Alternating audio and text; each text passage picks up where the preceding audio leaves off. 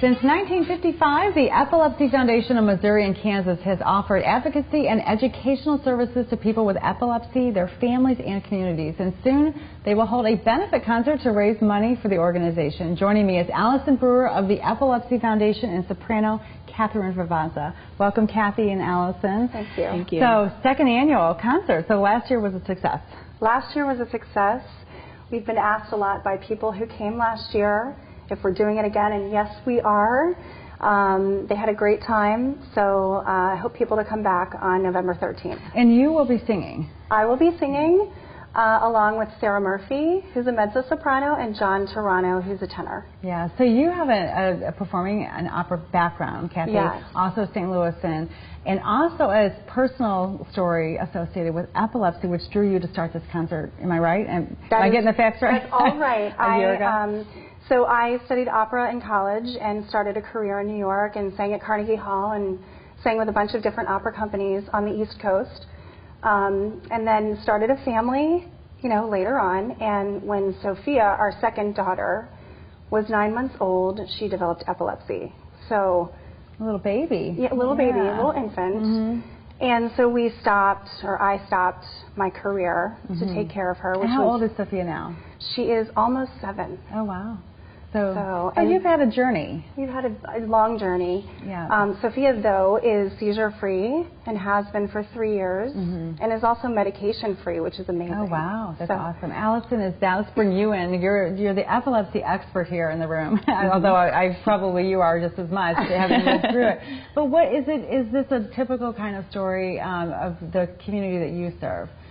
I think that with epilepsy, there's so many different stories. We have such a wide range of developments that can happen over the course of a lifetime. I certainly have heard more than one story similar, and there's so many different times in somebody's life where somebody can develop epilepsy, and some people will stop having seizures after a certain amount of time, some with the aid of medications, and some will have it the rest of their life. And multiple people will have difficult time controlling their seizures, and then we have the other side where they're able to be controlled with medication, and like Kathy was saying, sometimes people do grow out of them.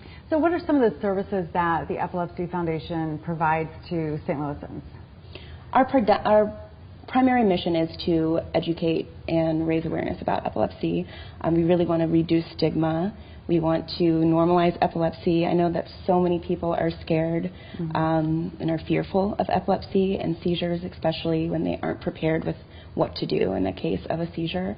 And so what we do is we go out into the community. We serve Missouri and Kansas, and we have a strong focus on schools, where we go out and we educate not only staff members but also students, because we want to promote a community of knowledge and awareness to combat the miseducation and misinformation that's out there. We also have somebody that serves as a social worker to support adults with epilepsy, and that's a lot of advocacy as well across the board at an individual level, within schools and with families, but also on the state and federal level as well. So, Kathy, going back to when Sophia was a little baby, 9 months old, did you find the Epilepsy Foundation right away? Was it through a doctor or specialist, or what was your experience? Actually, what's interesting about that for me is my husband and I were so overwhelmed with care for her and working with all of the different doctors that we had to work with that I didn't even reach out. It didn't even occur to me until I was sort of in a place where I could reach out to help. So what I did was I called the foundation to collaborate this event last year. So that was the first time that I had actually been in touch with them. Interesting, interesting. We're going to take a quick break right now. We're going to come back in a few minutes and talk more about the event and also what our community can learn from you, Allison, and the Epilepsy Foundation. Stay with us at STL Live. We'll have more with the Epilepsy Foundation of Missouri and Kansas after this break.